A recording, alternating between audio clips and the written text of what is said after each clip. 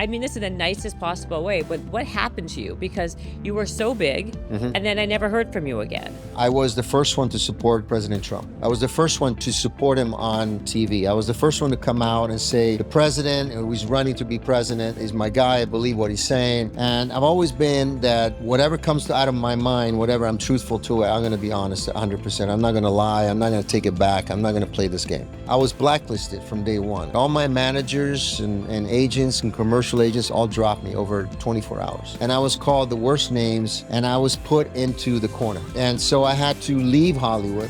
I couldn't work. I put the tail between my legs, my pride, and I had to do what I had to do to take care of my family. And that's why things changed.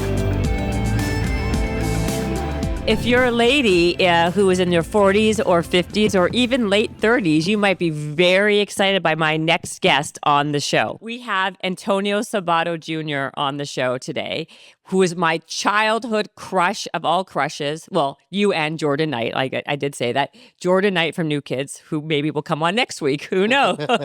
Who knows? I see, why not? Why not? Why not, right? Why not? Why not? Just quick backstory. I got a DM from Antonio's publicist, and who's like, hey, he's like, hey, any interest in having Antonio on your podcast? And I was like, I had to do a double take, and I was like, oh my God, he was like my huge crush, like absolutely. Thanks. And the guy wrote me back, and he's like, you, like literally everybody that he mentioned your name to in the female category was like, oh my God, that was my big crush. Like it wasn't just me. Thank you. Is that hilarious? It's awesome. Very humbling experience. You know, to be back in the limelight, to be back in Hollywood, to be back and doing what I love.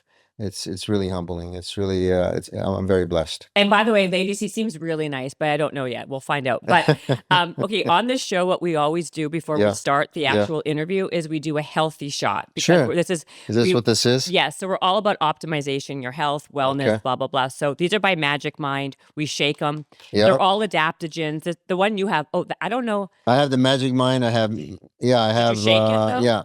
Okay. Sharper Mind. And more focus. Do we cheer? Yeah, of course. Of course we do. Of course we do. Yeah. Come on. Salute. Yeah, salute. They'll keep you like super focused now. Actually, it's very good. It's very good. People are always shockingly surprised how good it is. You got some of these, really, gross. to be honest, they're gross, right? Yeah. But this one is actually good, and it tastes really nice. No, this is really, really good. It's got some sweetness to it. It's not so sour. Exactly. And so, and also, like I said, the ingredients are like really, really, really good and like good for you. And so we do it. All right. So now you're going to be super focused. I feel stronger than ever. Right? Good. I'm glad. I can be of service here. Thank you very much. All right. So let's get going here. I've got so many questions about like you, because I have to, it's just, why not? I have so many questions. Sure. I remember being really young.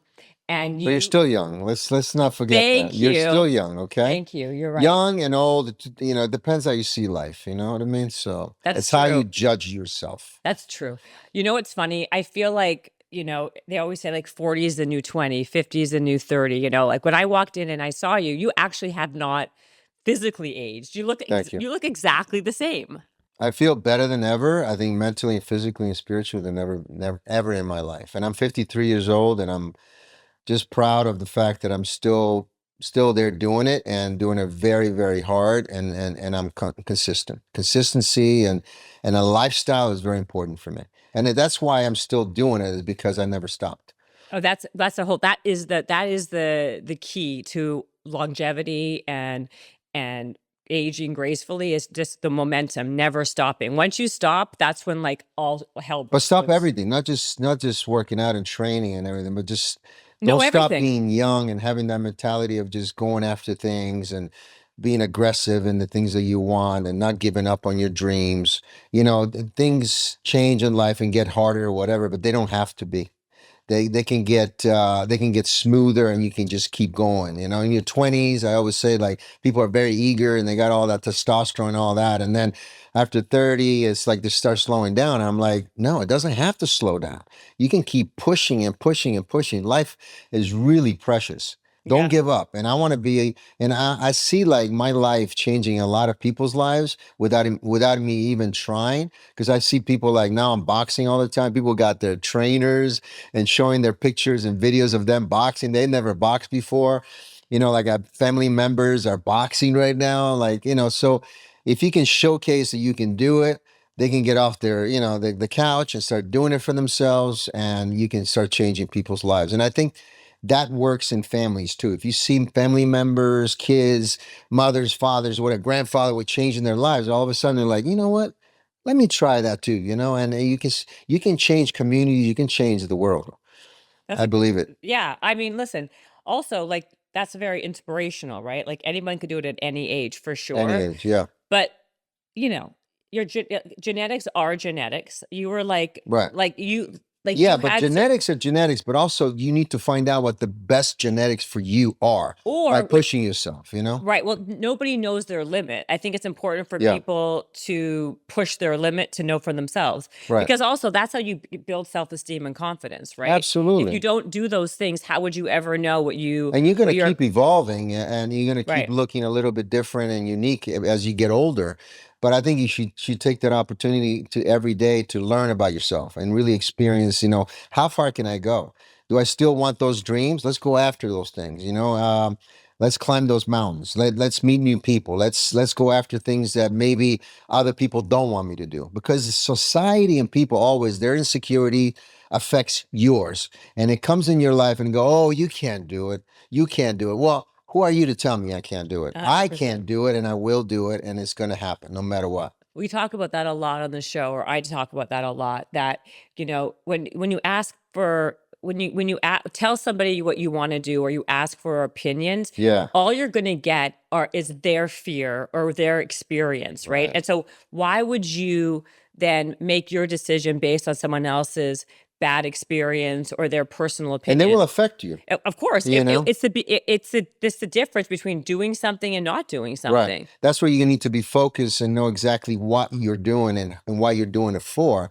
And it should be a selfish thing for yourself, because it's like being on the plane, and they always say, put the mask on and then help everybody else.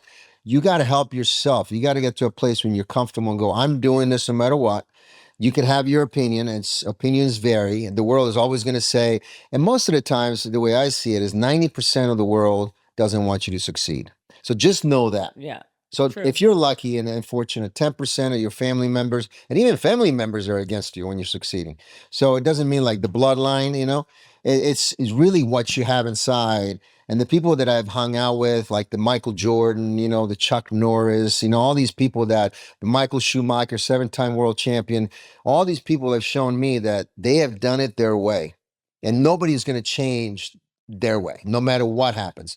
If it rains or shine, it's the same thing. And so I've always done it. And my father and my mother have always been there as role models where, you know what, coming from another country, from Italy, coming here, succeeding, failing, now I'm back in my career doing something that I love, when everybody tossed me on the side. I'm like, you know what? We're going to keep fighting. I'm going to keep my head straight, and I'm going to keep going after it no matter what. Okay, well, listen, that's good. So you just it was a good segue, because I want to know what did happen to you, because I mean, yes, like when you, like, all I really know, I'm going to be totally honest, because I was very honest. The reason why I had you on the show, you're not the typical person I would put on, but because you were my huge crush, I'm like, how can I not say yes, right? Thank you. And so, but you were massive back then. I mean, you were like well, from what I remember, I was, of course, 12 years old, but the Calvin Klein model and Melrose Place were the two things that I kind of like remember the most about you. Yeah. And you were like everywhere. Like you were the guy. Like, I don't know, what would be the equivalent now to this, to like me again, because I'm you coming again, back. you're coming back. Your comeback story. Yeah, the comeback story. Yeah. But I want to put this I want this to be put in perspective for young people who are like watching this. You were kind of like the Justin Bieber of like the 90s. Yeah. Would that be close? I broke a lot of rules. When I was on General Hospital, they told me you can't. And back in the day, it was different. We didn't have. Then, yeah. It was a different no social time. media. No social media. No Twitter or Instagram. None of that. And no cell phones. To the point that we're using them now. So back then, it was like when you did a soap opera, you were stuck doing that. Right. And people and agents and managers said, you got to do this, and you can't go to nighttime and do a TV show, and you can't be a film actor. And I was like, no, I will. Because I was the first one to be in Arsenio Hall when I was on General Hospital. I was the first one to be on TV Guide at the time. We had TV Guide at I the time. remember. You know, so we'll start with how it happened. Like, what was like, give us the evolution of who you are, because I know you as like, when you were like a super hot model slash actor that all the girls liked. Okay. Tell me what happened? How did you get picked for Calvin Klein? Sure. How did you what was the kind of pivotal moment in your career that you became the Antonio? Well, they think I became a model, which is not true. What really happened, I came to this country when I was 12 years old with my family, my sister and my mother and my dad. Okay. And we came here with a green card and dreams. And we came to Los Angeles, and I went to acting school right away. I went to Stella Adler. You know, one of my favorite teachers was Nina Foe. She's passed away, and a great actress. I went to the actor studio, and I really want to pursue the acting. My father was an actor for many years in Europe and America. But when he came here, he had a hard time. The so-called friends in the business never helped my dad. My dad had a very Italian heavy accent. And back then, you couldn't be a leading actor if you had an heavy accent. So he was tossed on the side, and he dedicated his life and my mother for me and my sister to go to school here and learn the language because, you know, we didn't speak English. So I pursued the acting so much that in that process, I wanted to get out of high school. I went to different high schools. I got kicked out of some high schools. I got in trouble, whatnot. Why were you a bad kid? I wasn't a bad kid, but I didn't take no for an answer. I didn't like kids picking on me, and I always hung out with not the popular kids. I hung out with the tough kids. That's just the type of person I've always been, and I always wanted to protect them as much as they wanted to protect me. My parents tried to put me in private schools. I went to Palisades. I went to St. Bernard's. I even went to Beverly Hills High. None of the schools worked.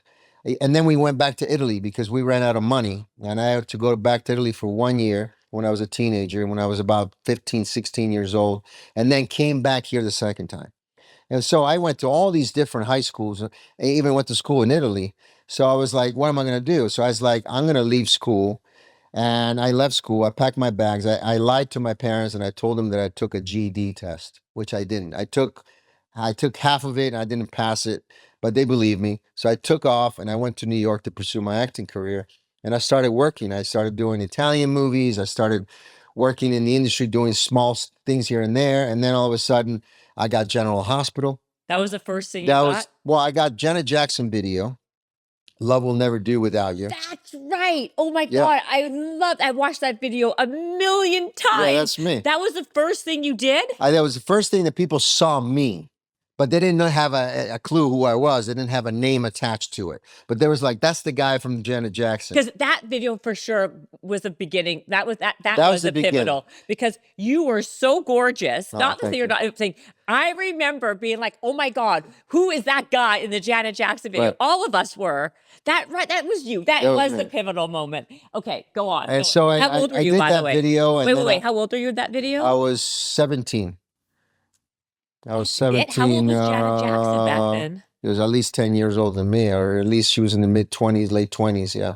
They picked a 17-year-old kid to be the guy? Yeah, well, they did. And that was about 17 years old. And I had my driver. As a matter of fact, when I got that job, I was working as a messenger. I had my car, my radio in my car, and I used to deliver scripts all over town. And that's how I got my commercial agent, because I walked in and I started talking to people.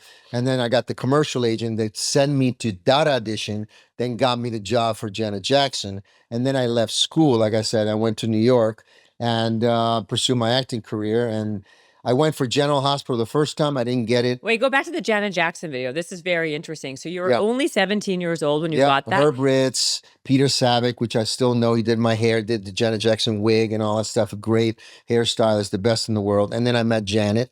And then I started working with Herb Ritz on the video. And but did that video, once that video came out, did your phone like just go crazy? Well, it did and it didn't, because like I said, they didn't have a name attached to that guy. It was like the guy from Janet Jackson until I was hired on General Hospital. And then I was there for 2 years working every single day on GH. And, I made the show and I took the show to higher places. I think I got it to number 2 in 2 years, and it was really good for me. And I broke around a lot of rules. I was a really eager actor. I wanted to really pursue this acting thing. And, I got an acting coach to come with me every day on General Hospital. I started boxing with my trainer, Chris Steele, at the time, every single day before I got to GH at 3 a.m. I was really dedicated to making this my life.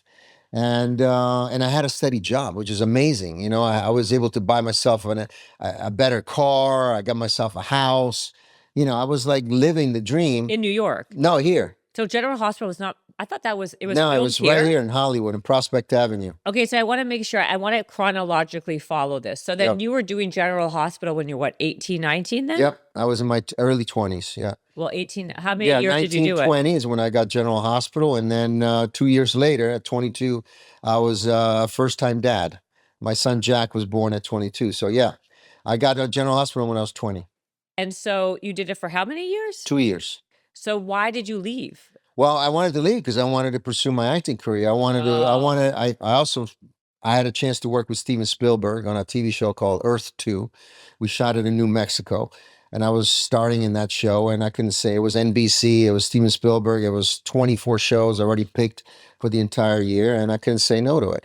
And I wanted to pursue my acting. I wanted to do movies. I wanted to travel. I just didn't want to do soaps. Right. But how did your life, so did your life start to really change when you were doing General Hospital? Oh, yeah. So the fan base. Tell me what happened. I want to know about that stuff. The fan base was astronomical. The fan base to this day, they want me to come back to General Hospital. As a matter of fact, I'm willing to come back, if you guys, will have me.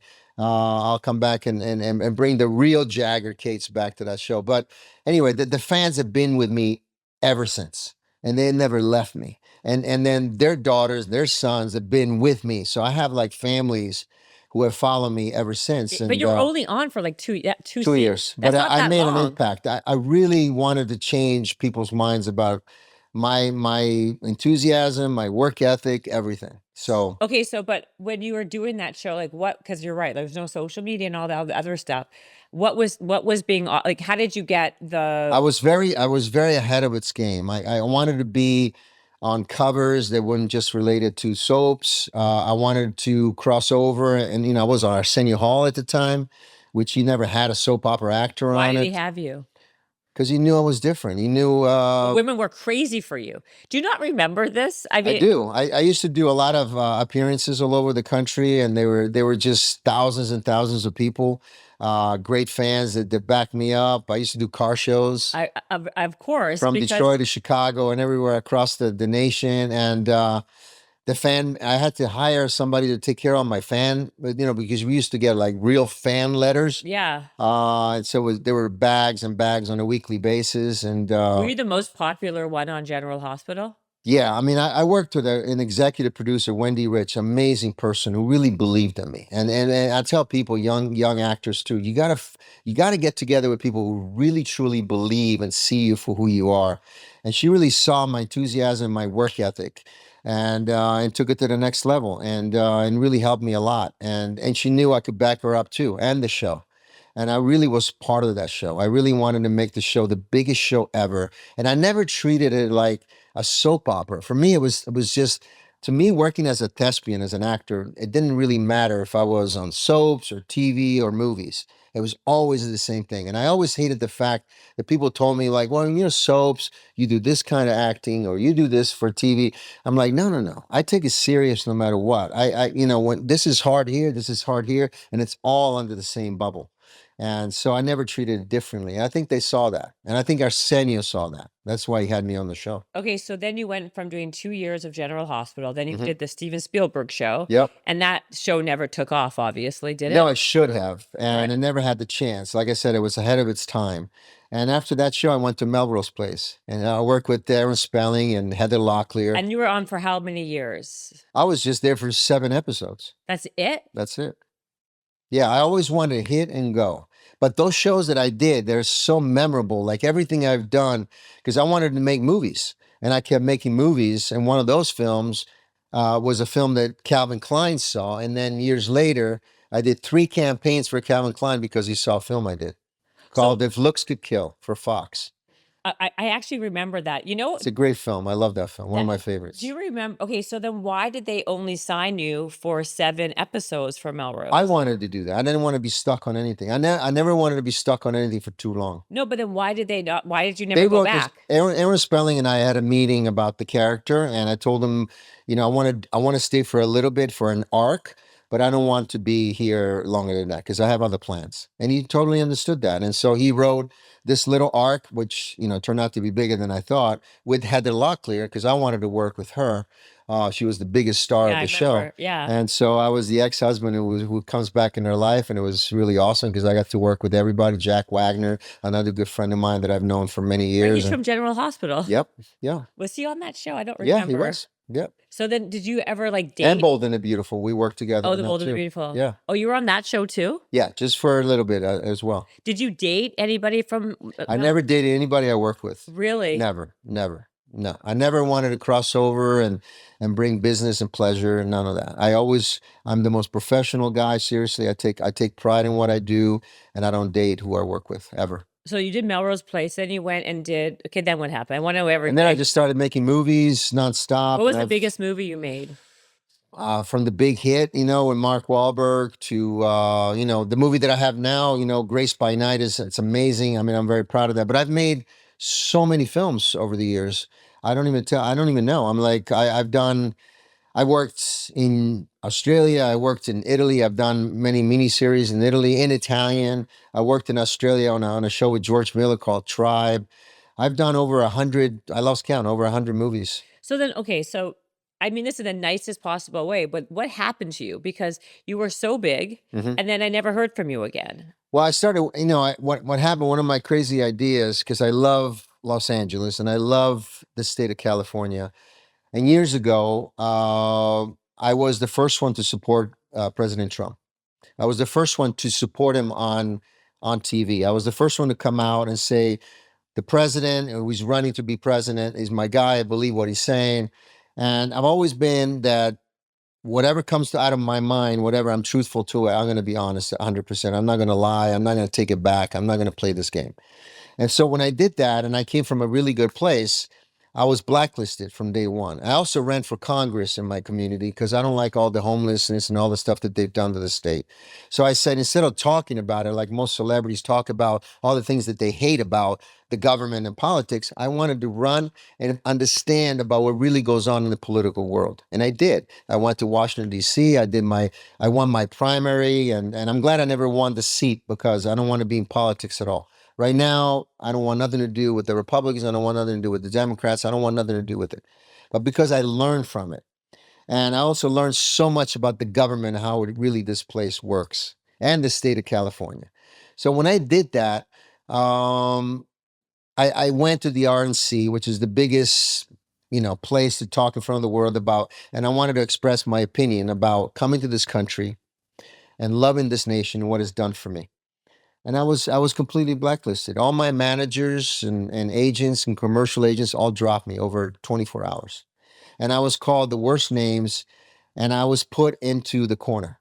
And so I had to leave Hollywood. I couldn't work. I had to pay for my kids. I had to pay to live and all that stuff. So I moved to Florida, and I went in construction. I was working in concrete pumping. I was doing concrete pumping management in the state of Florida, mostly in Tampa, and working in construction. And people know about construction, after 35 years in the entertainment world, you're treated, you know, the opposite. You know, you're not treated kindly. And so I put the tail between my legs, my pride, and I had to do what I had to do to take care of my family. And that's why things changed. And now, you know, I've been blessed by God, and I have a second chance, and I'm coming back stronger than ever. And I'm back to retain my title and do what I got to do. But I am glad I went through the hell and back, because, you know, I love my wife twice as much. I love my kids twice as much. I'm more committed twice as much than I ever was. And when you have to sell everything you ever had, when you have to know who your real friends are, when you have to go through these hard times, you have two choices. You either stick in it or you get out of it. And now I'm out of it. And I'm stronger than ever because of it. And that's why things change in my life. But I never changed my opinion. I never backed down like most celebrities and most actors. They have to apologize and they have to, oh, I didn't mean it. I meant everything I said. And I'm not gonna change who I am. And I sleep good at night. I lost material things, sure. I lost money and jobs and opportunities, yes. My integrity, who I am as a person, never changed. And I'm trying to show that to my children, to my family, and to anybody out there, that if you go after your dreams, stick to it and never change your opinions, because that's who you are. So you're telling me that 2016, right? That was when the first time it happened, right? Almost 10 years ago. 10 years ago, you were basically blacklisted and gone. Yep. So where were you? Where were you between 2008 and 2016? Oh, I was in California working. What were you doing? I was making films. I was doing TV shows. You were still making a living. Oh yeah, I was doing very well. You know, I produced reality shows. I won reality shows. Which ones? Tell me. I won several. I won Cupcake Wars. You were in Cupcake Wars? Yeah, I did Stars in Danger for Fox, about learning how to diving from the platform. I won that one. You won that Celebrity too? Circus. I won that one for NBC. I also did Dancing with the Stars. I did 7 weeks of that. But I have my reality things that I've won. But Sorry. The reality kind of, again, don't hate me for saying these things. I'm just isn't reality kind of the shows that you were doing is where people go to die, right? Like those are not where people, who are like these world renowned, Juilliard actors now. Are going. It's different. But I had opportunities at the beginning. I started things when I did my Antonio for VH1. I was executive producing a show. What is that? That was The Bachelor on steroids. Really? In Hawaii, yeah. I was pretty much had the whole island of Hawaii to myself, and girls wanted to date me, and I brought my mother. It was an amazing show. I had the best time. What year was this? That was in that time, in the 2008, 2010 area. Yeah. So you had a show where they basically had women They had to vying climb for a mountain to date me. They had to jump out of helicopters to date me. I mean, literally out of an helicopter, open the doors and jump into the ocean to date me. So how could I say no? This is what I want. So what happened? Well, listen, reality shows are scripted reality shows. So nothing happened, of course, but did it do well? That's a funny show. Yeah, there was a winner, but nothing happened between me and her, and it was just. Did you go on a dinner date? Like, what did you do? Like, go to dinner? Oh, I told you they had to jump out of helicopter. They had to climb. And then what happened? What was the date? What did she get for then jumping we out of a helicopter? Days and we got to know each other, and then they had to deal with my mother, which is incredible and funny, and it was one of the best shows ever. So I started things, and I did things before anybody else did. And remember, we didn't have the social media. We didn't have all this stuff going on as much as we do now. That's a good idea, though. Hold on a second. So that show was like 15 years ago, let's say, 18 years ago. Something like that, yeah. But even before that show, like, I guess this is my question.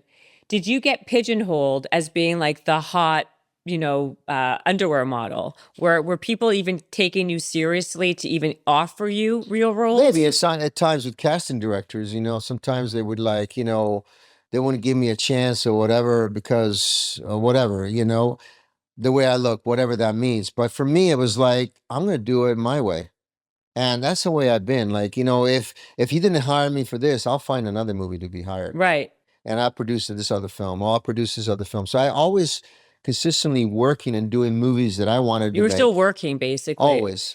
So you always made, so before this whole blacklist happened and got I would canceled. make 3 or 4 movies a year. Right. And so you would do like the case. So tell me other reality ones. I'm going to go back and look. So you did the Cupcake Wars. That's a good one. That's a good one. That's a good one. The Stars and whatever. Stars in Danger, which it was like, that's another show that I got. And how I got it, there were 2 other celebrities. I'm not going to embarrass you guys. No, tell me. I want to know. Well, Conseco is one of them.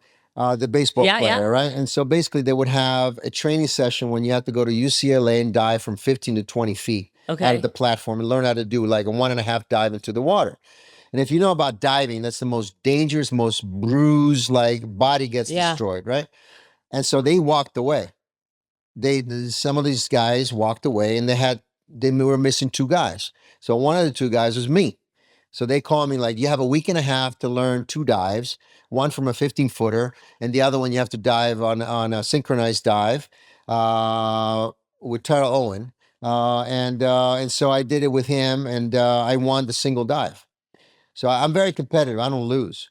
But also, I raced professionally in those years. I raced at Indianapolis. I wanted to be a race car driver, and I was racing go-karts since I was a little boy, but I did things. My mother always tells me, like, you do things at different times. And, I started gymnastics in my 30s because I wanted to do like backflips and handsprings and all that stuff. I did that for 10 years. I did things my way. And it's not necessarily the time or like I'm boxing now professionally pretty it's much unbelievable. I in know. Philadelphia in 2 months. And I'm 53. So for me, it's like whenever I want to do things, and my kids and my family know how crazy I am.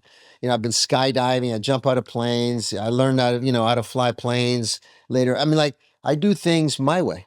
And so you really do actually because you really think about it. Like when your guy was saying to me, yeah, he's doing this like celebrity boxing tournament. I'm like, hold on a second. And I looked, I'm like, isn't it like 2025? He must be over 50 by now. Yep. Yep. And like you're doing things like at like who does gymnastics in their 30s? That's like impossible. No, but yeah, and I did it. Did you learn how to do a backflip? Yeah, back handspring and everything. Yeah. And a double flip and everything. Yeah. All of it. And my daughter was actually turning to be an elite gymnast. She had to quit because she broke one of her fingers. So because gymnastics is one of the hardest sports ever.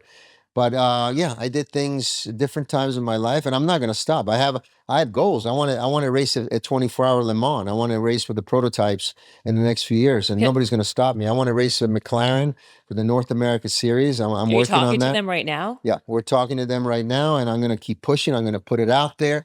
God bless you. And I want to keep pushing for all these things. So it's going to happen. I want to keep fighting too. I don't want to fight. I want to fight better professional boxers who are retired, who are willing to step into the ring. I mean, and make movies and do everything. Like I am so eager. This is the beginning of phase 2. See, this is amazing because this actually, so when I first got here with you and you're like, yeah, like age is just a number. I'm like, yeah, everyone just says that. Mm-hmm. But literally like, yeah, it's not like, it doesn't even like cross your mind that, oh, I'm 50 something. So therefore I can't do that. Right. But but I can tell even the way you're saying it, that it's actually like, there's no limits. Really believe it. Yeah. Cause like, I'll tell you a story. I went to Vegas, and Vegas has, I think at the Mirage, it has one of the biggest water tanks. Yeah. Where they have like live fish. They have about 40 tiger sharks.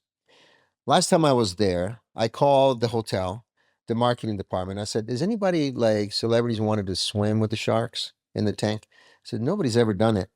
So I want to come in." So I signed my release. I wear my steel mesh suit, and I went and swam with 40 tiger sharks for about almost 2 hours at the tank and everything. That's the type of guy I am. So I don't have any limits on if I want to do something, I'm going to do it. I go to the Sphere or whatever, one of those tall, and I jump, with the harness, you know what I mean? I went to New Zealand, one of the tallest buildings there. On my day off, I was doing a movie, and during that day off, I was bored. I'm like, I climb, you go up there and they hook you up on this harness, and basically you stand at the edge and they lower you down pretty fast, about 700 whatever feet. And I was like, I don't want to be lowered. I want to jump off of it. Can I jump off of it? So you can jump off of it, and then we'll just lower you down at the end.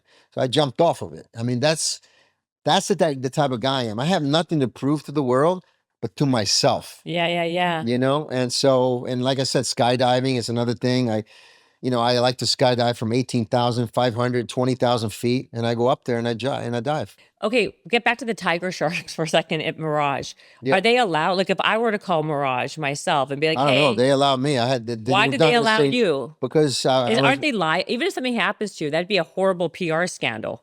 It would be horrible. It would be the worst thing ever. Yeah. But they couldn't say no. I have to come and do it. But like, wouldn't they? And they asked me why. What's going on? I'm like, I want to do it. I want to swim. Did they video it? And I've been swimming with sharks my whole life. I go to Great Barrier Reef and I swim with them, and I swim with hammer sharks, and I name it. I told them, I'm a diver. I've been diving for decades, since I was a teenager, and they couldn't say no. Did they film it? They did film it. They have it. We have pictures and videos. And like I said, I had to sign a release. I had to wear the mesh, the whole steel body mesh, and went down there. But like, I'm just thinking if I was someone working at Mirage. Nobody's ever done, not even Tom Cruise, you've done that. I was just going to say, you know, you remind me of Tom Cruise because like he's the only other person I know who's like, he's in his 60s now. Yeah. But I mean, this and guy I've met is Tom, and I give him so much he's credit. Fearless. Yeah. Fearless. Did you hear what he did about that building out of you know, when he was in Dubai? Yeah, yeah. And it was taking too long. Like they were giving, like he didn't want to waste like he didn't want to waste like actual time where he could be like filming. Yeah. So he taught himself how he can stay outside hanging on that. What's that building called? What's that building called? Yeah, the tallest building in the world. The tallest building in the world. Right. But what is it called? Because it's gonna. Yes, I know what you're talking about. Yeah, what's it called? Burj Khalifa. Yeah, Burj Khalifa. Yeah, Burj Khalifa. He like taught himself. They're like, I'm sorry, you can't do this. It's like For guys like us, it's fun. It doesn't occur to him to not do it. No, it's fun. For us, it's fun. It's what life is about. And also F1, like we said before we started. Yeah. You know, it was like Brad Pitt doing F1.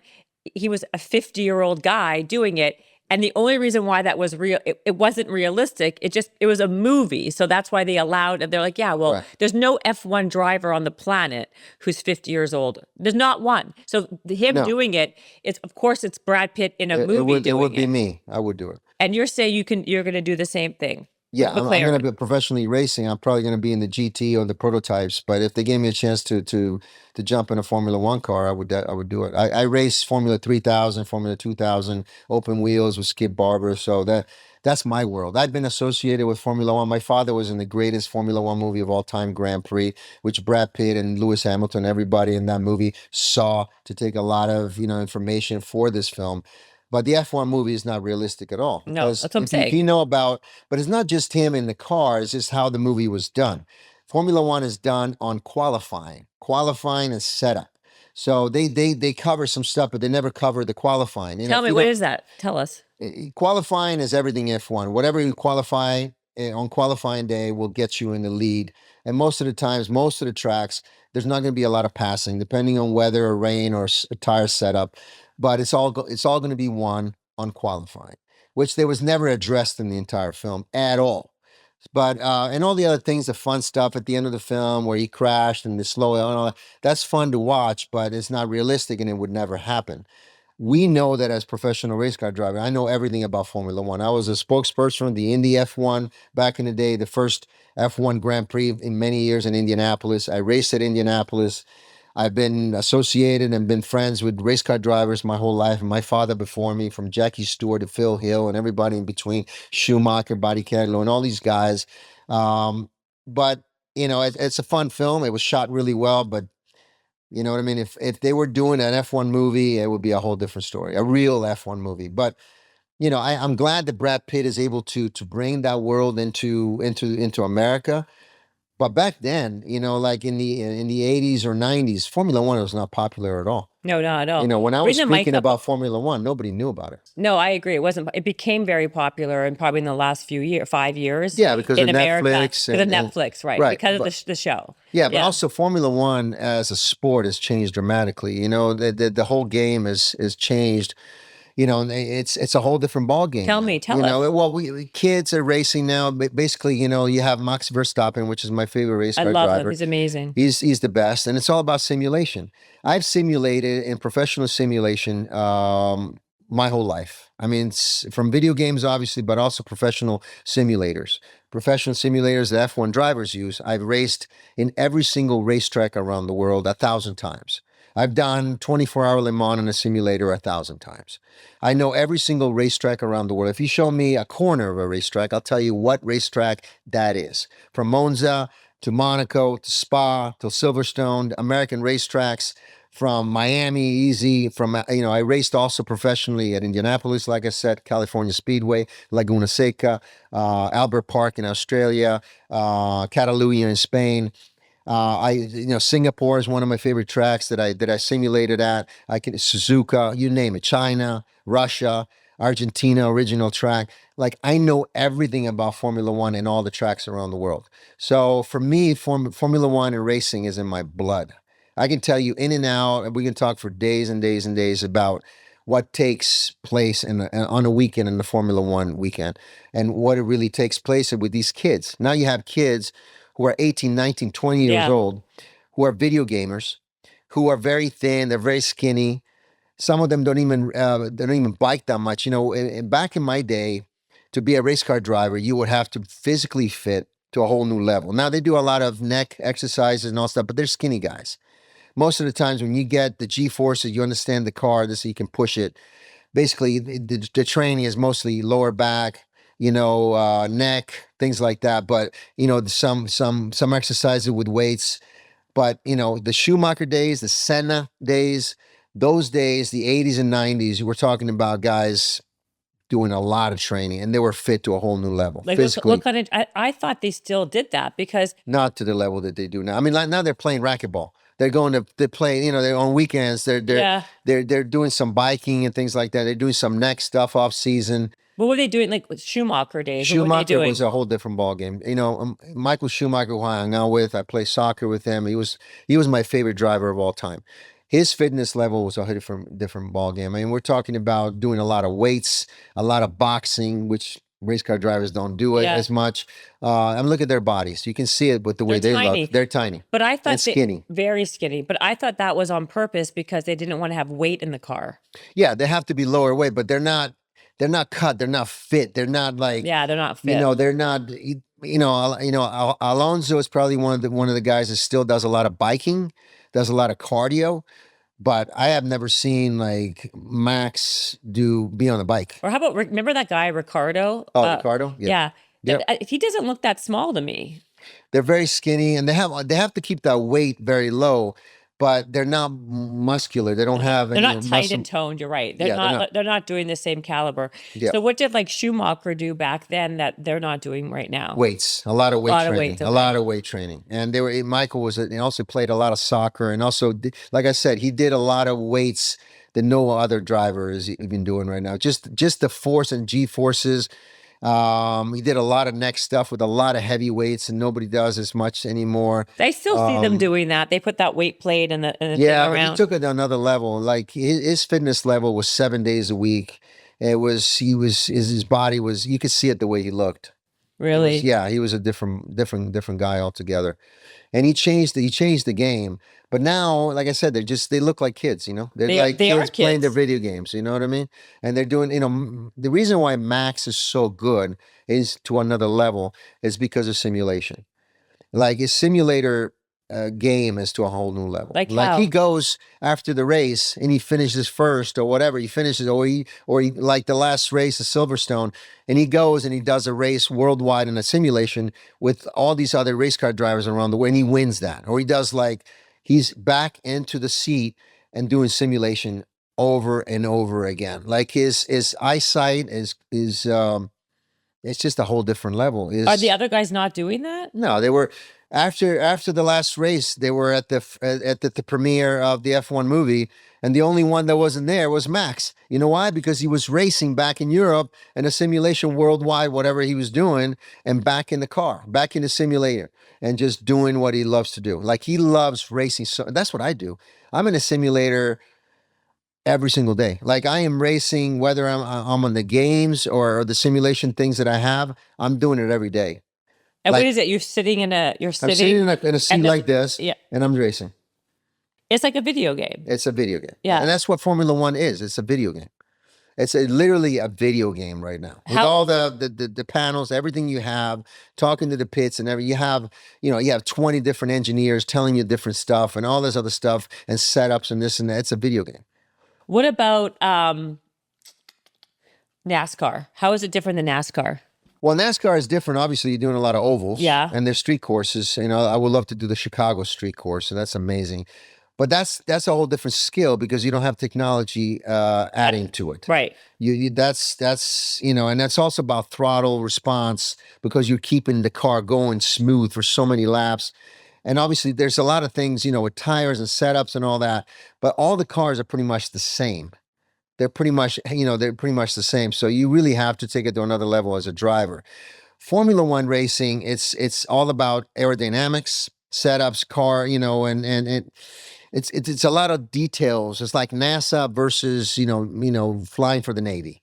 They're both very high tech, but you're flying to space in F1. And NASCAR is, you have 40 some drivers who today you're going to have this guy winning, and tomorrow you're going to have somebody else. It's rarely you're going to see a guy winning 6 races in a row in NASCAR. It's never going to happen. But why is that? Because you have a lot of things that you have to take into place. You have to do 200 laps. A lot of things can happen. So many laps. You're doing ovals. You have a lot of guys hitting you behind you. A lot. You're dragging. But why not with F1? Why is that? Because in F1 you got to win on qualifying. Like I said, yeah, I don't explain. The top 3. Qualifying, you have three different qualifying sessions. Okay. All right. So the first session, and the last 5 go, and and they keep going to basically the top 5 are the ones that count. Yeah. So in qualifying is your best lap time, but also you got to finish the race. That's a different setup. You know what I mean? So it's all about the car, the aerodynamics, and what you can do with it, and how really the full potential of that car and driver are put together. And that's why Max is able to qualify great. And this year the Red Bull is having a lot of issues because the car has a lot of issues. The McLaren is a full package. It's a full package with aerodynamics. It's full package by having 2 great drivers racing for each other. McLaren has a different philosophy where Red Bull has 1 great driver, and then they've been switching all these other drivers, so they don't have the full team. McLaren is a full team this year. What happened to Mercedes? Because Mercedes was like the leader for so many years, and then they had a problem with the car. Well, Mercedes is very interesting because who brought Mercedes back was Schumacher. Schumacher, when he came back as a comeback after he won 5 championships with Ferrari, he came back with Mercedes. And he had to develop the car and the team to make it the silver arrow that it is now.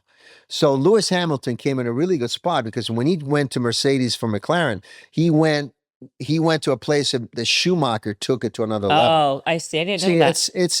It's a complex game because the driver, you could be a great driver, and they're all great drivers, but also that information as a driver has to be established and communicated to the engineer and the rest of the team accurately, perfectly. And that's what Schumacher was good with Jean Todt and the rest of the team, because he was able to tell them exactly, oh, I need this. So then they were able to change it. That's what Max is good at. But a lot of these drivers are not good at referring the right information to change that little thing, because you change the little things, you're going to lose the race or you're going to win the race. So, and Schumacher was great at developing the Mercedes team, whereas, Lewis Hamilton got into that team at the right time, and there was a full package of a team. But look how long it's taken Lewis Hamilton to win a race. Now he's with Ferrari. Ferrari has $300 or $400 million a year for 2 cars. They have the testing, they have the simulation, they have the wind tunnel, they have everything in-house. Yeah. And they still can't win. Why? Because it's all about 1/100th of a second difference on the setup and the aerodynamics of that car. And if that car could actually finish the race and be in the top 3, So how much of it is the car versus the driver? It depends. It really depends. It could be 50-50. It could be 70 the driver and 30%. It depends how knowledgeable you are. Red Bull is not there, but they have 70% with Max, and they have 30% with the team. Yeah, Max. I mean, and now they fired the head of the team, and now they're back to square one. Now but I know Max what is still happened to him focused. again. Was he canceled? Was that what happened? He was fired. Yeah, he was fired from. Yeah, well, obviously there's some rumors of things like that, but he started that team. I know. And now they're having issues with the team, but they had issues with the other drivers. McLaren, they have 2 great drivers who are following directions perfectly, who are willing to push the car, and they have a great car. Their aerodynamics and the setup with the car, and also all this, by the way, is going to be out the door next year. Next year is a whole different regulations. Why? You don't have any more of, all the regulations and the rules they have this year are gone. All different rules. Well, by the way, who's doing Mercedes now? Like, who's the lead? Not Toto, but who's a driver? I know Toto's the guy. Russell. Oh, wow. They have Russell? Yeah, Russell is Mercedes, but that's not like the word is that Max is going to Mercedes now and leaving Red Bull for next year. And if he does that, I think Russell is going to be out. For sure, because Antonelli, I think, is going to stay in, and Russell's going to be out. You're not going to have Especially Russell and Max, they're not gonna be good teammates at all. No. Period. Why? Why do you say so? They never liked each other. They're not a good fit. Do you think Lewis is done already, or he's finished, or is he going to win again eventually? I think Lewis. He's older already. I think Lewis might win. It's not the age. I think he's capable, but I think it's the car and everything. But he's having issues explaining because his set of driving is completely different than what Ferrari has.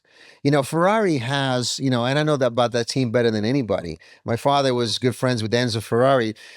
To be in a great team, you got to have good engineers, and good engineers usually come from England.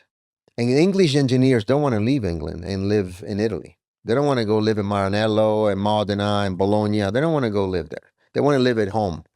So you have Lewis Hamilton, who's based in Italy right now, who has the English, the second language with Italian, but also the engineering, the style of driving is completely different than Mercedes. It's like flying a different jet altogether with all these different things. Very complex. Ferrari is very complex to drive. Ferrari as a car, you have to be a driver like no other because it's the beast. It's really a stallion. It's like a horse like no other. When you can drive it, like Michael Schumacher was able to drive the car at full potential. And that's why he won 5 in a row. But that was Michael Schumacher. He took it a whole new level. But Lewis won like 5 in a row for Mercedes. Yeah. But it's a different style of driving, and the car is a different beast. Yeah. Everybody wants to win a championship at Ferrari. Alonso tried it. Vettel tried it, and they all failed. Because to be a Ferrari, it's also political too. So it's a different complex of a game. You got to play the game, and you got to be really committed to a whole new level. Like to race a Ferrari, you got to race a Ferrari 24/7 for the entire time. There's no distractions at all. You can't go to Monaco and have a few days of fun. You got to race, and you got to be with the engineers, and you got to butt heads too, because the Italians are very hard to deal with. All right, because they're egomaniacs. So you don't say, Antonio, really? Yeah. So you got. Are you an egomaniac? Absolutely, 100%. You got to be in the world. You got to have your set rules, but also you got to know when to say I failed, and I got to learn from my failure too.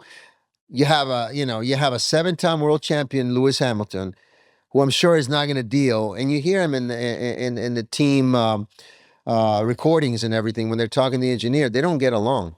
They're too different. Yeah. They're butting heads, and the Italian guy's telling to do something. He's like, I don't want to do it. I don't want to come in and change the tires now. I don't want to do that. I don't want to do it. And they're saying you have to. And then when he does it, he's behind. Yeah. Back in, so you got to play the rules. You got to. Schumacher was different because Schumacher was like, the only way I'm going to, and he's a German. He's very it's like, straight. Yeah. Very like, it's a different mentality. So for him, it was like, I'm going to win no matter what. And he did no matter what. Lewis is a little bit different.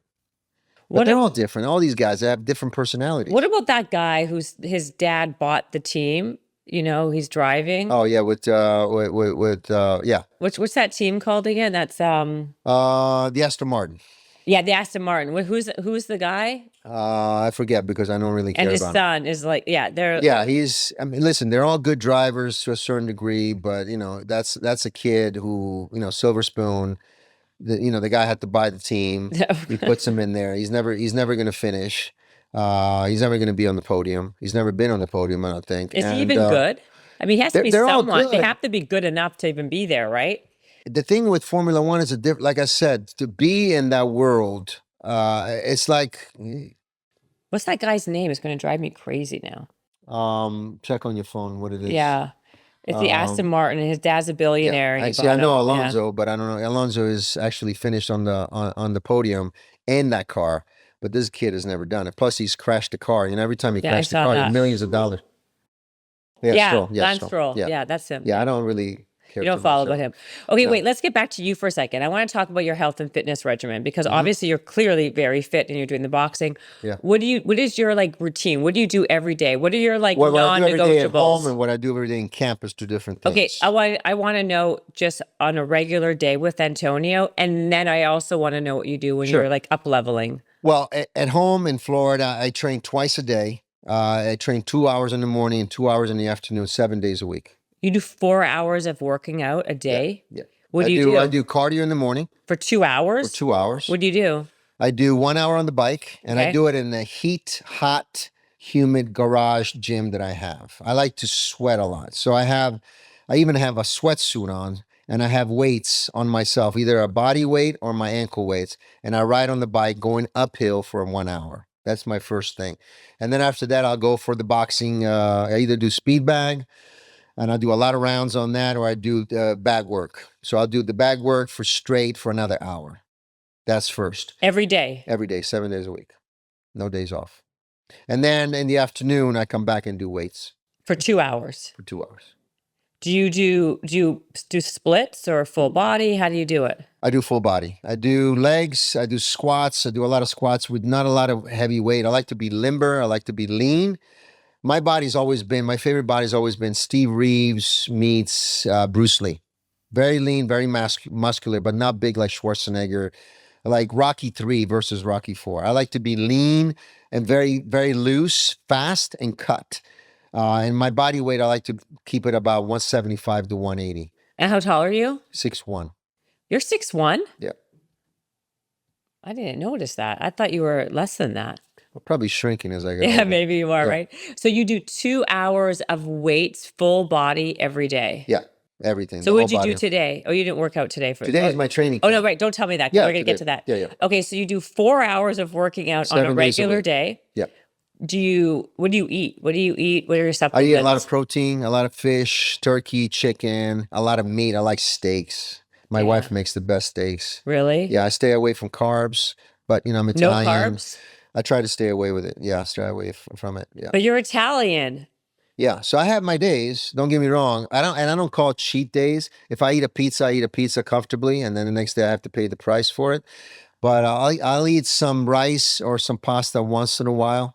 But most of it for me is high protein and some vegetable. I'm not crazy about vegetables, but for me, I'll eat like 2 steaks in a row. I'll eat like burgers without the bread. I like meat. I eat like a lion. And you eat?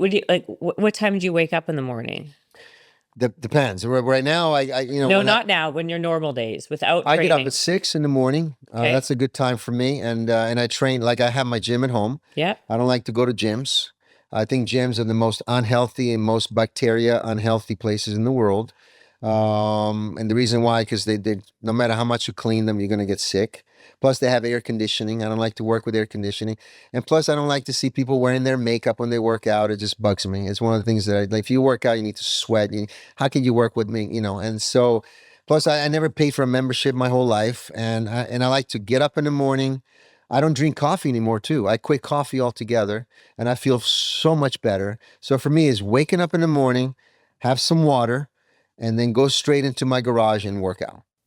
So you're in the gym at your home around what, 6:10? 6 to 8, yeah. 6 to 8. Yeah, I get up right away. I just walked. And you just start. No coffee, just water. Yeah, no coffee. I used to drink a lot of coffee. Now I quit for many months, many months. And you feel, how did you quit? Well, I never wanted to be addicted to anything anymore. And were you a drug addict at some point? Yep. Yeah, I'm a recovering addict, and I've done some bad stuff in my life, and I've been clean for many years. But coffee was the last thing that I was addicted to, and I just didn't feel 100%. And now that I'm boxing, I took it to another level. I'm like, let me try to see, because I quit coffee before, and the first 2 weeks is horrible. Migraines, it's just, and then I did that. I went through the migraines, and then all of a sudden, I was like, I just take my creatine in the morning and water, and I'm good to go. And I feel so much stronger. I'm like really to another level. My cardio and everything, and like I can push it even more without coffee. What kind of creatine do you take? What company? I don't even remember. I'll take any creatine. Don't. It's very important to know where your supplements are coming from. Yeah, no, I don't remember what I take this one from, I tell you the truth. But if you want to sponsor me, we'll talk. Yeah, you should take, I'm going to give you some samples of my own of Momentous, because sponsor me? It's yeah, I'll sponsor you. Exactly. Momentous, maybe Momentous. Yeah. Would you like to sponsor him? Yeah, let's talk about it. Because it's like they're I think they're third party tested and all the things. Like you have to be careful. And I do my blood work too.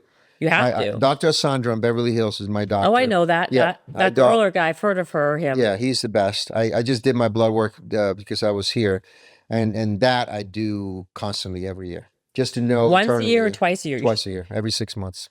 So, okay, are you on any testosterone, any No, nothing? You don't take anything like that? no, No peptides? no peptides. How about True And Niagen, peptides NAD? also that I know so Yeah. much about it right now. You got to do peptides every day. Yeah. And to do peptides, it means I would have to inject myself every single day, and I'm not going to do that. Yeah. For me, that's why I'm waiting for my testosterone levels to be, and hopefully it'll be at about 1,000. Hold on. What? Yeah. You're waiting to see? Yeah. What are they? The last time you got your 800 test? to 1,000 is what I keep. Naturally? Yeah. Yeah. At 53. Yeah. Steaks and working out as much as I do helps. Because I was also I like weight training is very good for, naturally increasing your Pushing the testosterone. limit. But every day, isn't there a burnout factor because you're working out so much? Can it deplete? Not for me. I need it. I also need it for my mental. Yeah. For my brain. Mental. So it's for me and I recuperate every night. I'm good to go. I am good to go the next day. There's no time in between where I need that rest day for me. For me, now I don't suggest to do this for anybody. I'm not a trainer, but I've been doing this for many years. I know my body in and out better than anybody. So I know what to take. I know if I eat this, it's going to affect me here. I know what I have to do, and I have to train every day, 7 days a week. And when during the day are you doing your 2 hours of weights? What time? In the afternoon. How do you have time to work out for 4 hours a day? You got plenty of time. 4 hours a day? Yeah. And this is between meetings, and I'm also in real estate, or if I do a movie or whatever. If I do a movie, I'll work out in the morning before going on set, and then I'll do it afterwards. Yeah. Yeah. I mean, it's funny because people make excuses. They can't find 10 minutes. Well, my fitness book was called No Excuses. So was mine. Yeah. Really? Yeah, No Excuses. I released in 1999. Yeah. My first book was released in 2009, and it was called No Excuses? It was called No Gym Required, Anytime, Anywhere, No Excuses. Yeah, mine is No Excuses, just No Excuses. That is so funny. Because you can make an excuse. For anything. For anything. Okay, so wait. So then, eating-wise, you eat a lot. Okay, so what do you eat for breakfast? I don't eat breakfast. I fast. My time to eat is between 12 and 8. That's it. And then how about sugar? How about fruit? Do you eat fruit? No fruit. I mean, no fruit, not a lot of fruit. No sugar. None. Do you have, okay, so I would imagine no alcohol. No. So when were you an addict? At what point of your life? I was years ago, and I talk about it in my book, the Antonio Sabato Jr. The Untold Stories. I'm very open about everything. I got addicted to painkillers, and I got addicted to sleeping pills. I was going through a really tough time in my life, and I coped with it by going to sleep and taking these pills. And we're talking about very addictive Valium kind of stuff. And what year are we talking? This is over 10 years ago.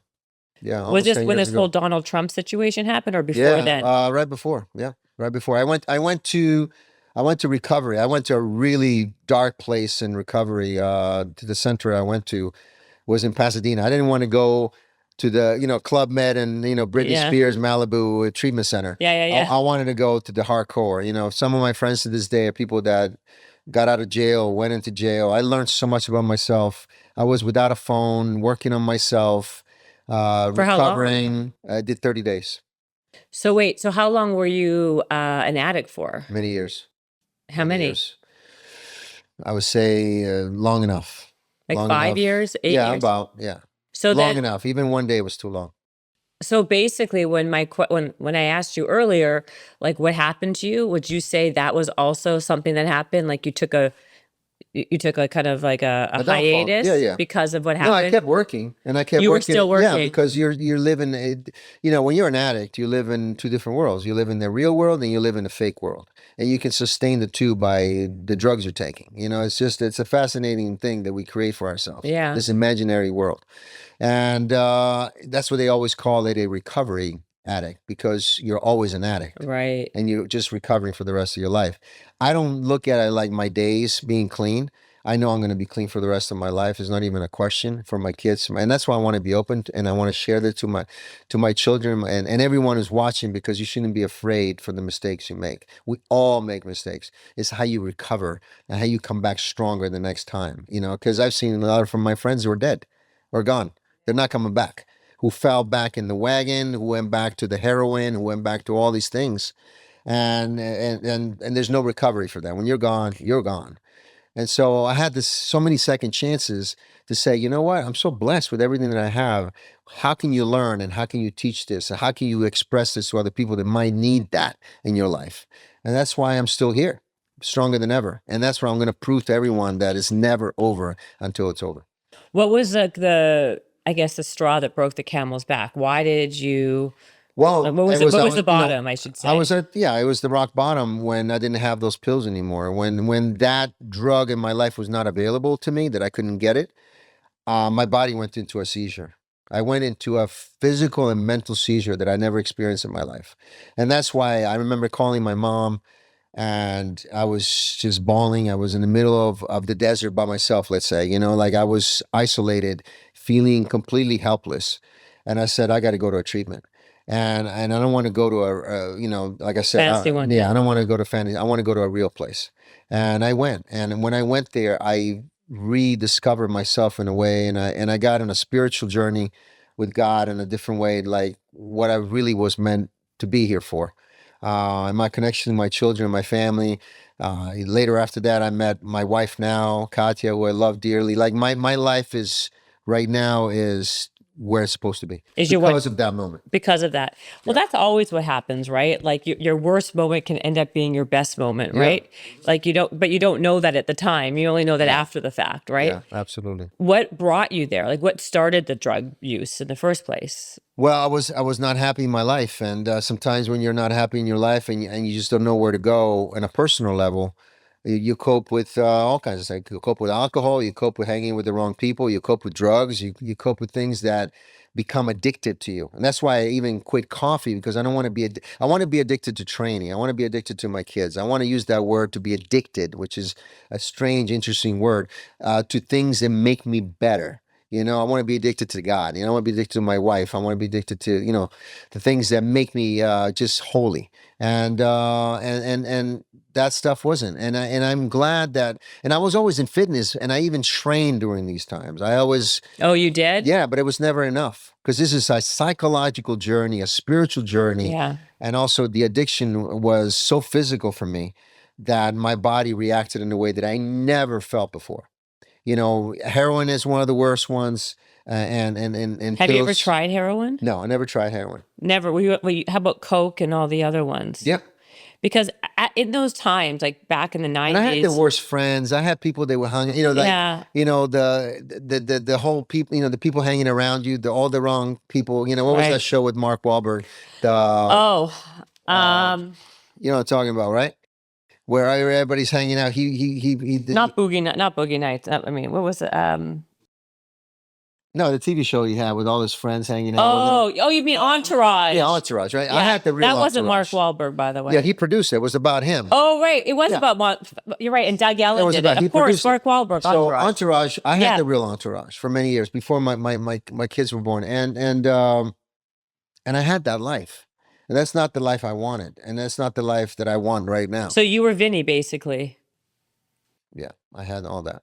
And how long did you have that life? For many years. I had the worst people hanging around me, wannabes, all the best friends. And none of those people are in my life right now. None of them. None of them? None of them. I have a few friends in my life. I can tell you who they are. And my family, of course, and that's it. Did you live in the hills back then, in Hollywood Hills? I lived in Hollywood, yeah. And did you have... I lived in Marina. I had a house by the beach. I had the friends. I had the parties. I had all that. And then let me ask you something, because I would imagine you made a lot of money. Yeah. Because you were like the guy then. Mm-hmm. Did you like waste it all away? What did you do with all that money? I bailed people out of prison. Really? Yeah. I got people out of prison. I took people all over the world, first class here and there, to events and things like that. Yeah. You spend it all. Yeah. So were you then, when you were taking the drugs, was it because like you kind of like were at rock bottom in your life, in your career? What happened? I wasn't happy. I wasn't happy with myself. I wasn't happy with the life that I was living. And I think part of me knew that I needed to do more to get to this level that I am now. Yeah, I just didn't know how to do it. And so by being unhappy, I coped it by taking the stuff that made me really addicted. And I found out the hard way, because when if I still would have had those pills, I probably would have taken till the end. And God said, no more. And then when he stopped it is where everything became real. Yeah. Yeah. And then, but now you've been clean for years, though. For years. For years. How about, did you date any famous ladies when you were younger? I did. Who did you date? Well, Jennifer Love Hewitt, Madonna. Madonna, when she did Vogue, she was number one, in the world. We dated. And the only reason why I'm talking about it and people know about it is because I released the information, because I kept in Pamela Anderson back in the day. And I kept my relationship with these amazing ladies, Ashley Judd. I kept it very secret, very, I respect them. I respect the time that we had together. Also, Virginia Madsen was the mother of my first child, who's in his 30s right now. So I've been fortunate enough to have amazing, beautiful, very famous people in my lives, but I kept it very private. How long did you date Madonna for? We dated for a whole summer. Ooh, a whole summer. How old were you? I was about 18 years old. You were 8. How old was she if you were 18? She was in 30s. So she must have been like 30. Yeah. What is with these people? You were like literally a child, though. When we met, I mean, when I met Donna, I was just she was the coolest person ever. I remember. She was, to me, she was so beautiful and talented, and I've learned so much from her. And yeah, so we had an amazing time. And then after that, I got married for 5 months to a beautiful model, one of the, Tully Jensen, which is incredible woman, one of the top models of the time. Like, I did things my way. Like I know, but I want to know like the tea here. Now we're getting to the good stuff that people are going to listen to. Okay, so why did you and Madonna break up? Did she break up with you? No, we never. We just had a really comfortable, awesome summer together, and we just spent a lot of time together in New York City. I remember these. We met here. We met in Los Angeles, and we clicked at Herb Ritt's house. And remember those games, Truth or Dare? Of course. Yeah, back in the day, the first time. So we played this game, and she dared me to do some stuff, and then we started dating, and we what had did she a great dare time. you to do? She dared me to kiss her in front of everybody, and I did, and then so it was surreal, And then I went to New York, living there on my own, dating Madonna secretly. Nobody knew. All the paparazzi were waiting in the front. We would go from the back. Yeah. And I wanted to do that. I didn't want to be the boy toy. When me and Pamela dated, it was between me and her. It was very kind and beautiful, and nobody knew it. This is before she got married. This is before that whole thing. And and so I got to know them for who they were, not the celebrity, and they got to know me for who I was. And we had an amazing time together. So, and I always respected them, and I always wanted to respect. But since time has gone by, I can openly talk about our times together. Jennifer Love was great time with me and her, and I cherish that time. She's a smart, beautiful woman. How long did you date her for? We dated for several months. She she actually ended up marrying a guy I know. Actually, she has, I think 3 beautiful kids, and she has an amazing. She's in a movie right now coming. I mean, like I'm so just pleased to have. And I never dated anybody I work with. Like I said, right. People I work with, but I got to meet these amazing women, and I was like an Italian boy coming from Italy, like being surrounded with so much beauty and talent. Yeah. And then stunning women. What about Pamela? Because I mean, like certain people, like whatever, right? Pamela, how long did you date her for? She's Canadian too, so we kept our relationship, like I said, very private. We dated a few times, but I never. There was so much hype with both of us that I think it kept us away from jumping in that world. At least for me, because I didn't want to. Like I said, I didn't want anybody to know my business. Especially at the time, it was the beginning of the paparazzi chasing you and totally all that stuff, the paparazzi magazines, the People magazine, all that stuff. So I kept it very, very private. Who is your favorite person that you dated in that world? Oh, they're all great. Obviously, Virginia Madsen, we had we spent a lot of time together, and we have a son together. I want to see who she is. I don't remember who she is. I got to Google her. And God bless her and her family. Her brother and God bless the Madsen family. Her brother Michael just passed away And I know the entire family went through hell and back. So my condolences to Virginia and her family, and Michael, who I used to know very well, and he was a great guy, great talent. So again, to addiction and things like that. So, Yeah. but I had so much. They're all different. You know, when me and Ashley Judd dated, she's such a smart, beautiful woman that I just loved having these long conversations with Madonna. I remember having conversations about business and how do you manipulate the money. She was on the phone talking about multi-million-dollar contracts, and I was fascinated by how she was just so calm and very smart about how she was dealing with how, managers and agents. And also she was very fit. She used to run at Central Park every morning. I loved that about her. And also her diet was very strange. She was like, she would eat like popcorn at night, like these low carbs popcorn, and she was full with that. I'm like, that's all you eat? Yeah, yeah. So it was like I learned different things. She'd only eat popcorn at night? Yeah, she would eat like at times when I used to go and spend time with her, she used to eat like just some popcorn in there. And then we would have like an early dinner, and then but it wasn't that much. She wasn't like a big eater. She was very lean, did a lot of yoga, a lot of running. When she did Vogue, I mean, she was like #1 in the world. No, by the way, her movie Truth or Dare was one of my favorite movies ever. We dated right after that. Really? So she was Peak. bigger than And physically, she was just amazing. She was like a spectacle. Yeah. She was so fit, and she was fit. so perfect with her 6 miles every day. Oh, do you remember? Yeah, And she would do yeah. the yoga. Private trainer. The private trainer. Yeah. She was what I always admired about her was that she was the most disciplined, hard worker. You couldn't touch her in that way. No. She And she didn't worked have for to it. do that. Like she could take some time off. She never took some time off. Never. I remember calling her. I'm like, I'm coming over. She's like, no, I'm finishing up my training. Give me another hour. I'm like, she was always on point. I learned a lot. That would be a good, that's what I wanted to know, because just being around her at that time when her career was the biggest of all time. Yeah. You must have just gleaned so much information from her and learned just so much. And I think just they from, liked it about me as a because I sponge. wasn't like just a kid off the street, wanted to be an actor, blah, blah, blah. When I have these conversations, even with you, I'm always listening and paying attention. I'm dedicated to the time that we have. And I think I've always had that with everyone. And they saw that. I'm like, this kid is really listening to what I have to say. Right. Because there's a lot of people in that world, when you're that big, we're not listening to you. Right. They're like, yeah, whatever. I'm like, I'm really listening to what you're saying. I'm really paying attention. Right. So it's true. It's good. That's when you have people like that around you, or people that you can learn from, you should take that opportunity. Absolutely. Right. So what was a top lesson that Madonna then taught you?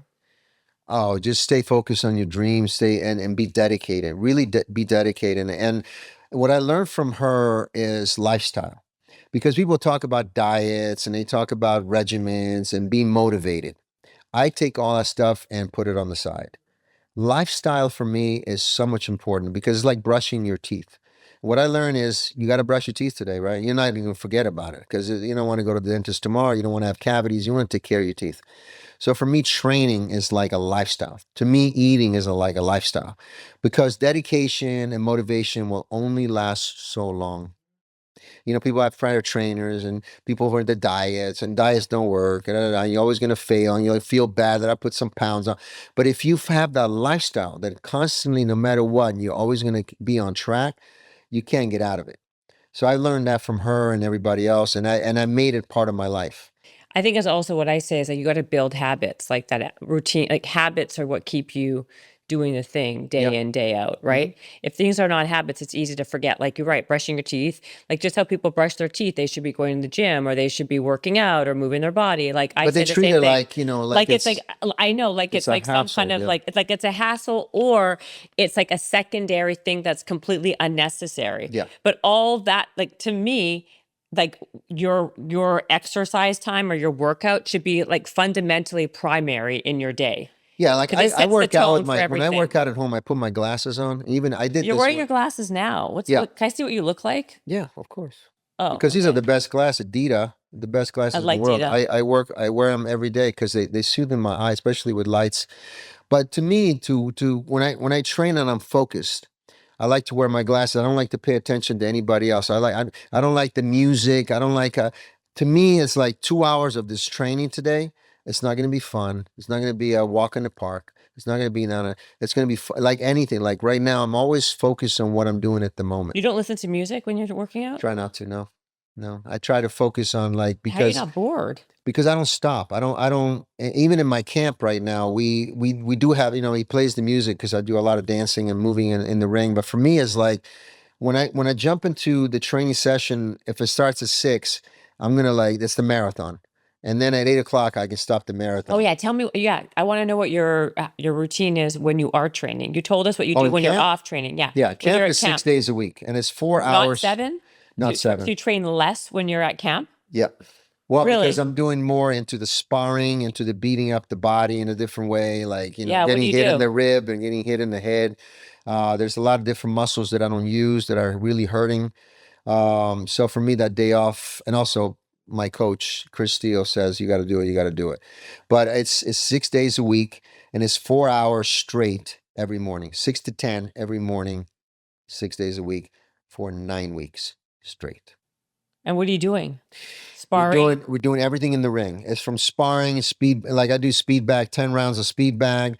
I do, 10 to 12 rounds. I'm moving around, sparring, doing all the technical stuff, bag work, mitt work, no weights at all, just sit-ups, a lot of sit-ups. Everything is nimble and loose. I haven't done weights in 6 months. Really? Yeah, no weights. None. Like right now, it's Sugar Ray Leonard body, Sugar Ray Robinson, very loose. My cardio is off the charts. I mean, like I can spar with guys that do marathons or swimmers, and they wouldn't last. So when you're doing the 6 to 10 now, you're not doing the biking and all that stuff. You don't do that stuff. No running, no nothing, not even jump roping. Everything is in the ring. It's for 4 hours. Yeah, for 4 hours. I have to change setup of my wardrobe. I have to change it because I'm drenched. So I have to change socks. They're drenched. I have to change in 2 hours. Really? I change them and I have to put on a new outfit. Yeah. And then I go for 2 hours again.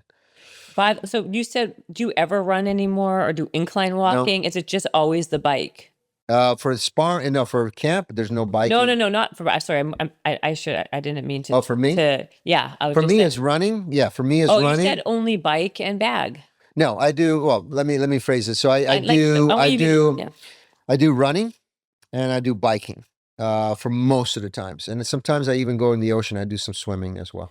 Okay, so you'll either do some days you will run and not bike. Yeah. But the bag is always the same for an hour. Yeah. The bag is always there. How long do you run for an hour? No, the hour I do 4 miles at the park. So I leave my house and I do 4 miles and I come back and I still do the bike. Because that 4 miles will take me for half an hour.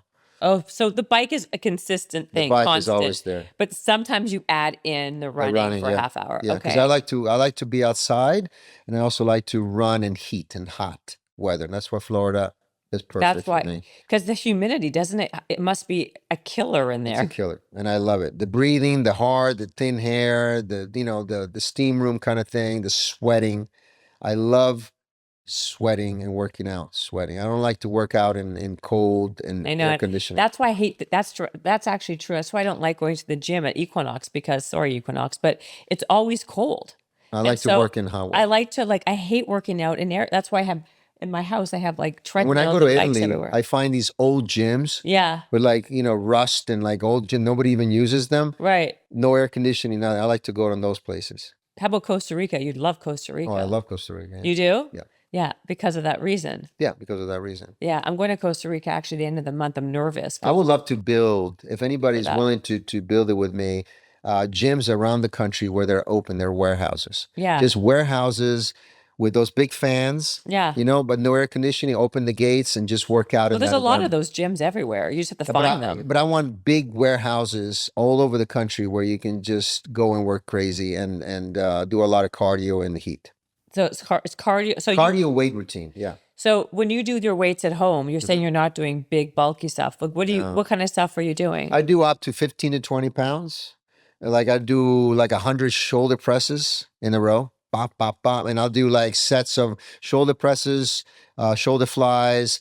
I'll do another 100 of chest flies. I'll do cables for another 100. So 15 to 20 only. And you're doing 100 reps at a time. Yeah, 100 reps, 50 to 100. And I'll do like elastic bands. Yeah. I'll do like 50 to 100 one side, do a 50 to 100 one side. I want to work out with you. When would you be working out here? Can I work out with you? I want to see. Anytime. You probably don't like to work out with people, I would imagine. It slows you down. For me, I love it when they say, oh, let's train and all that stuff. For me, it's like there's no fun, there's no jokes, there's none of that. I know you're actually serious. Yeah, that's serious. How I feel too. And so for the next 60, when I did my Antonio, for example, in Hawaii, I trained the entire crew. And by the time they were done filming, they were the fittest crew you could ever imagine. And every morning before shooting, I took them to my regimen. And there was no talk, no music. It was just nonstop, doing all kinds of fun stuff in a row for 2 hours every morning. And by the time we were done, like I said, they were ready to do a marathon. They were the fittest. They lost so much weight. And that's what we do. And some of them wouldn't come back the next day.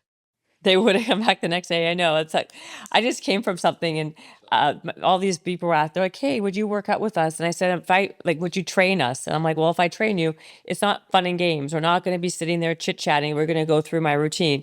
And I did that. And lo and behold, the next day, nobody showed up again.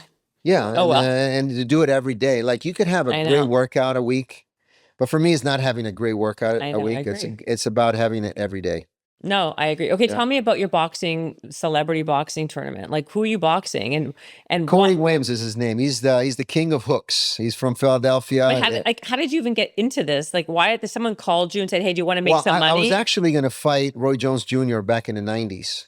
When I was doing General Hospital, and me and Chris Steele and Steel Boxer, the entire gym, they were setting this up for a celebrity match. So I'm very comfortable with celebrity matches.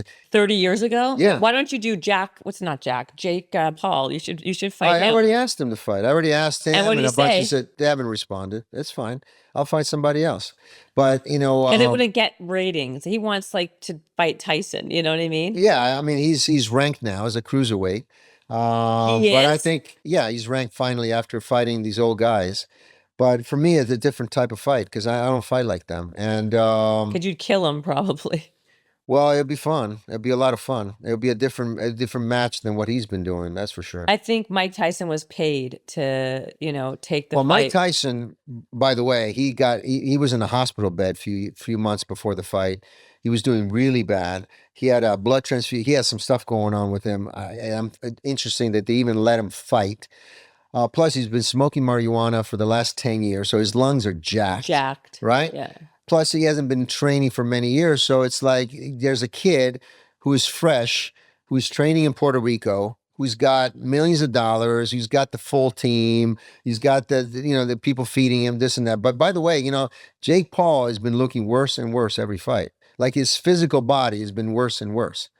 And he's got the same team and all that stuff, but he's babysit and he's picking the fights that he wants. And he knows what he's doing, and he's making all these millions of dollars. I know what he's doing. I mean, listen, he's making a shit ton of money, but I think either Mike Tyson was paid to just take the fight, to do it, and he wants the money. He doesn't give a shit at this point. Yeah, he made $20 million for to stand there for 20 minutes or so. Right, you know what I mean? Stand there.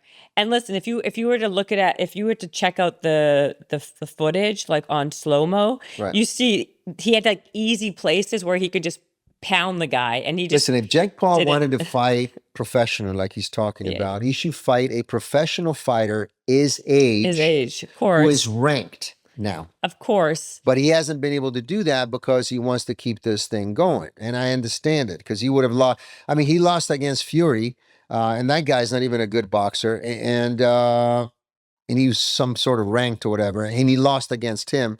But he's won against these guys who are much older, who are not known to be boxers. And then Mike Tyson was a money fight. Everybody wanted to see that fight. Everybody thought that Tyson is going to come back like the old Tyson.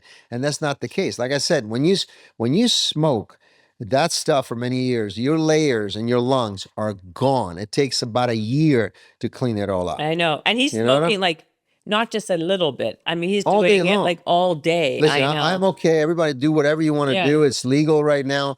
But anytime you put stuff in your lungs and you're working and training, your lungs, which are not in the front, they're in the back, that cover, your rib cage, and they're working in the back, are layers of tissue in your lungs. And when you're affected by smoking, those tissues don't grow the same way. It takes a long time. And sometimes they don't even grow the same way at all because you've been smoking so long. So I know you guys want to smoke your marijuana. It's free, whatever. I mean, it's free. It's legal and all that. But anytime you put stuff in your lungs from nicotine and everything else, it's going to affect you.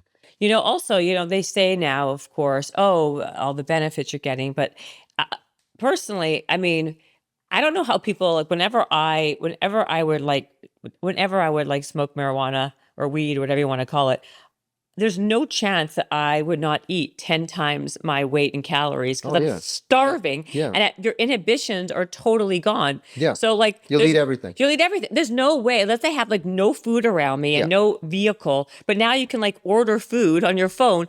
Like, and stop eating. No, I'd gain 100 pounds. I'd literally gain 100 pounds in a month. Yeah, absolutely. Because there's no stopping. The munchies will keep going and going. And I don't care what people say. That's why leukemia patients smoke marijuana. So you got to eat. 100. I don't know how people don't. And also, you're so lethargic. You're just sitting around and all doing you think. Nothing. Yeah. So then you're like, okay, you know what? Maybe I'll like eat this, bag of. And everybody chips. Works differently with taking all kinds of, abusing your body. Everybody's different. And that's why everybody should talk from their own experience. I'm talking from my own experience. I don't care. Right. But I tell you, you eat a lot and you affect your lungs. And once your lungs are ruined, and you can't breathe, let me tell you something. You wish you never smoked. Yeah, 100% agree. Yeah. How much are they paying you for this fight? Not enough. Not enough. That's a good answer. What's the precise exact amount of money?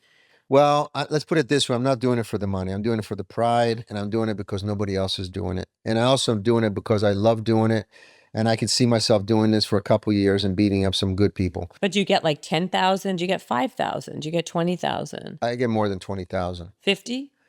Yeah, well, give and take. Let's see how many people are going to buy the tickets, and hopefully it's going to be sold out. It's 2300 Arena, the place where we're going to have the fight at. Okay. xrumble.com is where you buy your tickets. I think it's going to be sold out. But for me, it's not the money. For me, like I said, the pride and the fact that nobody else is doing this but me. But why? I don't. Okay, I still don't get it. Like, it's a challenge. But why did they ask you? Is it because you needed them? Yeah. Okay, you asked them. Is it because you? I know it's the pride, and I understand all these answers. But do you also need it for the money? No, I could definitely be doing a lot more, making a lot more money, being in real estate or doing other things. Yeah, selling homes right now will probably bring me a lot more money. For me, is I know that this is meant for me, and it's going to bring me a lot of things. And it's also my comeback story. I think it's great. The Rocky story, Philadelphia, Antonio Sabato in the 50s. Nobody's doing this. The fight, a real fight. How old's the guy? He's 10 years younger than me. Okay, so he's 43. Okay, he's still old though. I mean, when I say old, he's not 25. Of course. But the world of boxing, he's the king of hooks. He's the guy who's going to bring it. But nobody else wanted to fight. I give him a lot of credit because I asked some celebrities in Hollywood to fight, and they all said no. Who did you ask? I asked Mark Wahlberg. I asked Mario Lopez. These guys, they're the boxers, and they said no. We asked some other fighters who are retired. They said no. So I couldn't wait any longer. Why would Mark Wahlberg, honestly, why would he get into the ring and fight you? Why not? Because he doesn't need the money or the fame or the notoriety. But life is not about money. The life is about. But he's busy also. He's busy. But he could take a fight. It's a challenge. Why do I want to race again? Why I want to be a 24-hour Le Mans? Why do I want to risk so much? Yeah, because the risk also will bring you the reward. Yeah. And this is the type of guy I am that is doing stuff that nobody else is doing. Also, look what this has done. Since I've started this boxing thing and I've been promoting, I have people in my family, people in the industry who are putting videos up about them boxing, them at the gym with their private trainers. And I know it has to do with me. Because they never boxed one day in their lives. And all of a sudden, this whole boxing game, I got a trainer. I'm boxing in the ring. I think I'm a fighter. Yeah. So I'm changing people's lives. And I think we need to do that. We need to expand the horizon and going after things that most people don't want to do. Okay, that's a good answer. What about other ways you're making money currently? Well, I'm in real estate. You said it a couple times. Are you a real estate agent? Yeah, I'm a real estate agent in Florida. I sell homes. I was part of a big project in downtown Tampa for a long while. You're a real estate agent? Yeah. You sell I can sell anything in real estate wise. And you know what they should do with you? by the way, taking a real estate agent's test is one of the hardest ever. And I was able to pass that too. And I went back to high school and got my diploma too a few years back. That's great. $1 million listing, they should do one and put you, you should be in one of those shows. Sure. Because it would be funny to have you in one of those shows. Yeah. Don't you think? Yeah, I can go to New York and then bring some projects back to Florida and vice versa. Or just be, I guess, no, because... And my wife is in real estate. She's the pro. She's the real pro real estate. She's really good. How many houses have you sold? I sold a few condos. Really? Very expensive condos, yeah. How much? At Marina Point and Tampa, which are beautiful condos. How much do they go for there? They go for $2 to $3 million a piece. In Tampa? Oh, yeah. Beautiful. Private boating and everything. It's one of a kind. Marina Point is one of the best places ever. Yeah. Do people say to you, "Oh my God, you're Antonio Sabato Jr.?" They give it, when I showcase these properties, they go, "Hold on a second, are you the?" Yeah. Yeah, and they get intrigued, and then they want to buy and then they want to buy it. Or they're like, "Oh my God, it's Antonio!" Yeah. Like it's exciting for them, right? Yeah, it's very exciting. Okay, I want to ask you, but I kind of jumped over it before with the Donald Trump situation. Yeah. So now when he wins again, right, 10 years later, yeah, and now it's a whole different ball game, right? Like people have now Politics, jumped the shark, right? And it's now cool to like him, right? And it's like uncool to be on the Democratic side. How has that changed your life in terms of, I know you said you're not into politics, but are you involved with the MAGA and all that stuff? I'm not involved with any political party or anything political because I know how of a nonsense it is and how fake it is. Tell me what you mean by that. There's two jobs, careers that really are the fakest. Is the show entertainment world that I'm in and politics. Both of them. They're the ones who will lie at whatever cost. It doesn't matter. Constantly 24/7, especially the congressmen, the politicians, the governors, all of them have to do it. It's just the way it is. Just like when you're on the red carpet and most people don't have the guts to tell you the truth. And they tell you everything is perfect in my life. And you know that it's not. And then they all get divorced and they all get their legal battles and and all that stuff. You know what I mean? And they all date each other, and it's the same thing. And so I don't want to have anything to do with it. And I've learned a lot because I was in it. And so I tell everyone that if you really believe in this political thing and you're so eager to get in these arguments about politics, go for it. Run for Congress, run for a political office, and see for yourself how it really works. Because you're also in Florida, so you have nothing to do with Donald Trump at all. No, I know, but not. Have you ever met the guy? I met him many times. Right. On a personal level, he's a great guy. He's, I've hosted events for him in the past. I went to the White House many times. I hosted beautiful events, classy events at the White House for Christmas events and for our military, who I adore, our police officers, our fire department, all that I love. I support our military in and out. I support first responders all the time. Our Second Amendment, I'm all that. But the political world is such a nasty, nasty thing. And the entertainment world and the political world are two worlds that just collide all the time. They want to be in it together and they all collide at the same time. It's very interesting. It's like it's like the yin and the yang. And I don't like it anymore. I just don't have anything to do with it. I really don't. And, I'm asked from people running for political office, do you want to support me in this? I'm not supporting you. I'm not supporting you. I'm supporting myself and my family and my career. That's it. And I support God and I support our nation. Obviously, I want our nation to succeed. But the political world is a nasty world. Very bad one, unfortunately. So then do you think he's doing a good job, a bad job? I think anybody in political office has the hardest job ever. To make everybody happy, I think as far as working hard, he's the hardest working guy. In his 80s, to be working nonstop, 24 hours a day, I don't know how he does it. You got to give the guy credit. You got to give, I was going to say, you can hate him or love him. But one thing, the guy's a hard-working motherfucker. He's a hard-working, he doesn't have to do any of it. But he does, because his ego would not allow him not to. His but ego to motivates deal with, him. the lawsuits. I know, but I'm saying, he's the most, talk about resilience. This guy is the most resilient person. The Art of War. I have never seen anything like it. And The Art of the Deal, which is a great book that I read. Yeah, I like that book. He lives by it. Yeah. I mean, but I wouldn't want to be around that environment, especially him, where everybody is trying to be your friend and everybody hates you. Yeah, everyone hates you. Now it's convenient to be his friend, so people want to be his friend. But by the way, he doesn't give a shit. I mean, that's the thing. If President Trump called me at any given moment throughout the night, whatever, said, I need your help, I'm there for him. But at the end of the day, he's doing a job, and most people would have, it's the hardest job in the world. But he wanted the job. He wanted a job, and listen, the guy was shot. Yes, he was shot. Survived and was shot twice. And people forget that. I'm like, I don't forget shot, and people died that day. God bless everyone that was affected by this. And so your life is in danger 24 hours a day. Plus, the people in your circle don't like you. And you got to work with these people, and not to mention the people around the world. But listen, he picks people who just are yes men, who'll just like kiss his ass. He doesn't want people in his life who are real people, who tell him like it is. He wants people who are around him who just say, yes, you're 100% right. You're amazing. You're wonderful. That's what he wants. To a certain degree, but he also wants, like, I know him I've seen him work.